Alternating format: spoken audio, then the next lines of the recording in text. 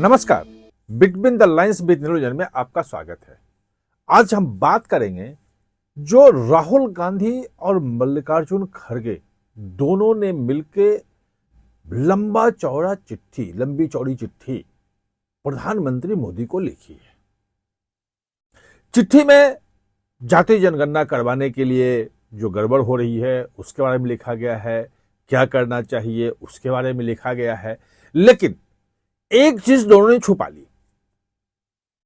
वो क्या चीज है वो मैं बताऊंगा और कैसे महत्वपूर्ण है वो। जो खुद नहीं किया वो अब कह रहे हैं कि मोदी करे।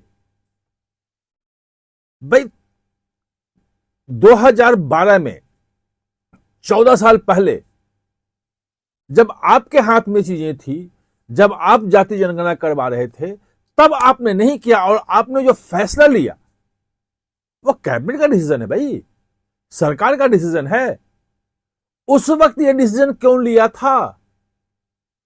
और वही जब मोदी करवा रहे हैं तो आप क्यों कह रहे हो कि आप गलत कर रहे हो?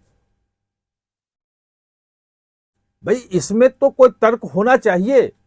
मैं पूरे मुद्दे को बिटवीन द लाइन समझाने की आपको कोशिश करता हूं, बिल्कुल क्लैरिटी के साथ बताऊंगा कि सचमुच में क्या क्या हुआ था और अब जो चिट्ठी लिख रहे हैं उसमें पुरानी बात को क्यों भूल रहे हैं, उसकी चर्चा तक क्यों नहीं कर रहे हैं।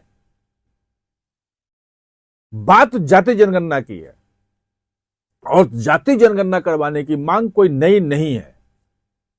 यूपीए सरकार के समय में मुलायम सिंह यादव, लालू यादव से जितने ओबीसी लीडर थे वो सबके सब मांग करते थे कि जाति जनगणना करवाओ और उनके समर्थन से सरकार चल रही थी। यूपीए में सब शामिल थे, मंत्री थे और मनमोहन सरकार ने फैसला किया कि हम जाति जनगणना करवाएंगे।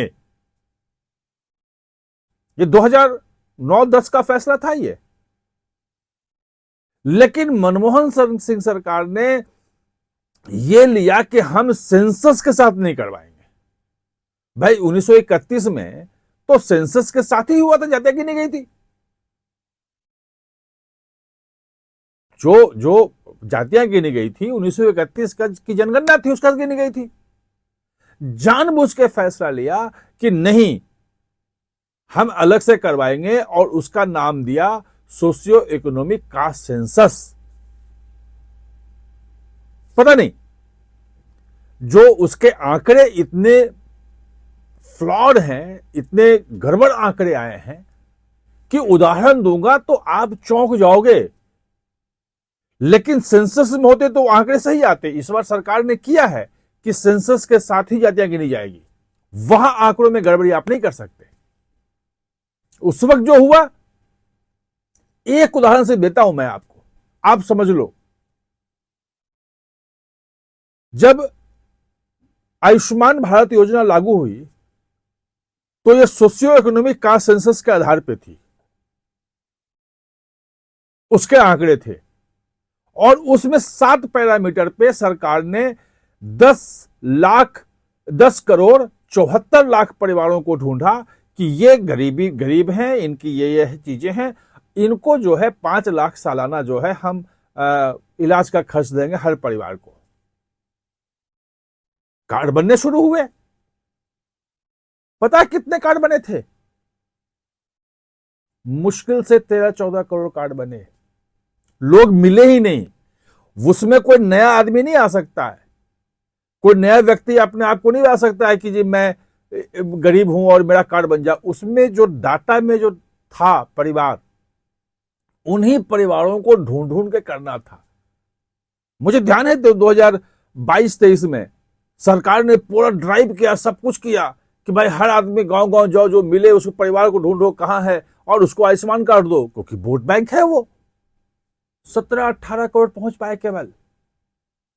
अभी जो आपको 32-33 करोड़ या 35 करोड़ दिख रहा है उसमें बहुत सारी नई चीजें जुड़ी हुई हैं। तमाम जो वो जो पैरामिलिट्री फोर्सेज हैं उनके तमाम फैमिली वालों को दिया गया है, बाकी सब अलग अलग है, आयुष्मान कार्ड की सुविधा सबको दी जा रही है। उसका पेमेंट वो करते हैं डिपार्टमेंट, एमएचए से पैरामिलिट्री का है। जो फोर्सेस के हैं उनका आयुष्मान कार्ड परिवार को दिया है, वो जो खर्च है वो एमएचए उठाता है। तो इस ढंग से ये हुआ है और मिले ही नहीं लोग। 55 करोड़ लोग की बात थी, 13-14 करोड़ मिल पाए थे।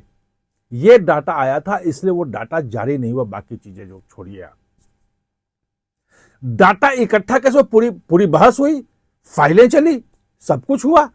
डाटा जो इकट्ठा किया गया वो किया गया कि भाई लोग अपनी जाति लिखें, क्योंकि जातियां तो पहले से थी, सरकार की भी, केंद्र की भी जातियां हैं, स्टेट की भी जातियां हैं। लेकिन ये उस वक्त जो बहस हुई उसमें ये हुआ कि हम वो अगर ड्रॉप डाउन देंगे तो वो संभव नहीं हो पाएगा, वो डाटा बिल्कुल गड़बड़ हो जाएगा, वो संभव ही नहीं है करना। तब जातियों का वो दिया गया ऑप्शन कि अपने अपनी जाति लिखें। आज 14 साल बाद सेंसस के साथ का सेंसस हो रहा है, लोगों की जाति की गणना भी हो रही है। तो जो चिट्ठी लिखी है राहुल गांधी और मल्लिकार्जुन खड़गे ने प्रधानमंत्री को, मोदी को, उसमें कहा है कि ये तो बहुत गड़बड़ आंकड़ा आ जाएगा, आप ड्रॉप डाउन दो, जाति लिख दो, उसमें चुनने के लिए कहो। भाई अपनी पुरानी फाइल अगर याद करते हैं, मुझे तो जहां तक ध्यान है कब थे डेट नहीं पता, लेकिन मल्लिकार्जुन खड़गे जो थे वो सामाजिक न्याय और अधिकारिता मंत्री भी थे, और वो जो सोशियो इकोनॉमिक का सेंसस जो हुआ था वो उनके मंत्रालय ने करवाया था। तो अगर अपने मंत्रालय की ही फाइल देख लेते तो उसमें होता। अब उसमें जो है वो कह रहे हैं कि ब्यूरोक्रेसी, योगेंद्र यादव ने 5-6 दिन पहले, 7 दिन पहले, क्योंकि कांग्रेस के तो अपने वो आइडियोलॉग तो वही हैं आजकल, वो एक्सप्रेस में लेख भी लिखा था, आज भी एक लेख लिखा है सुरजीत भल्ला को जवाब देते हुए। तो उसमें उन्होंने तर्क दिया कि ये जो गड़बड़ी हुई है ये तो की थी ब्यूरोक्रेसी ने मनमोहन सिंह सरकार को फंसा दिया, अब पूरा कास्ट सेंसस जो था वो सब खत्म कर दिया। तो क्या ब्यूरोक्रेसी के हाथ में सरकार खेली थी? उस वक्त जो पॉलिटिकल थे, जो ओबीसी लीडर थे, वो समझ नहीं पाए कि क्या हो रहा है। जो कारण उस वक्त फाइलों में था कि हम नहीं कर पाएंगे, मैं इस पे अलग से डिटेल वीडियो बनाऊंगा कि जो ड्रॉप डाउन की फैसिलिटी की बात कर रहे हैं वो क्यों नहीं दिया सकते। आप कह रहे हैं कि जैसे बिहार में करवाया, जैसे वो वहां तेलंगाना में करवाया, वैसे करवा लो। भाई ये पूरे देश का हो रहा है, एक स्टेट का नहीं हो रहा है। पूरे देश के लिए आप ड्रॉप डाउन की फैसिलिटी नहीं दे सकते हैं। क्यों नहीं दे सकते हैं, क्या कारण है, ये सब मैं आपको कल डिटेल बताऊंगा। सिर्फ ओबीसी की पॉलिटिक्स के लिए लोगों को मतलब समझाने के लिए कि देखो सरकार तुम्हारे साथ खत्म कर रही है, तुम्हारी जातियां खत्म कर रही है, तो डाटा नहीं आएगा। आपने जब किया था तो जो कारण थे वो कारण आज भी आप बता दो आकर के कि हाँ जी ये कारण था इसलिए हम नहीं कर पाए थे, और ऐसे ऐसे ठीक हो सकता है, बात खत्म। आप हमारे साथ जुड़े इसके लिए बहुत बहुत धन्यवाद।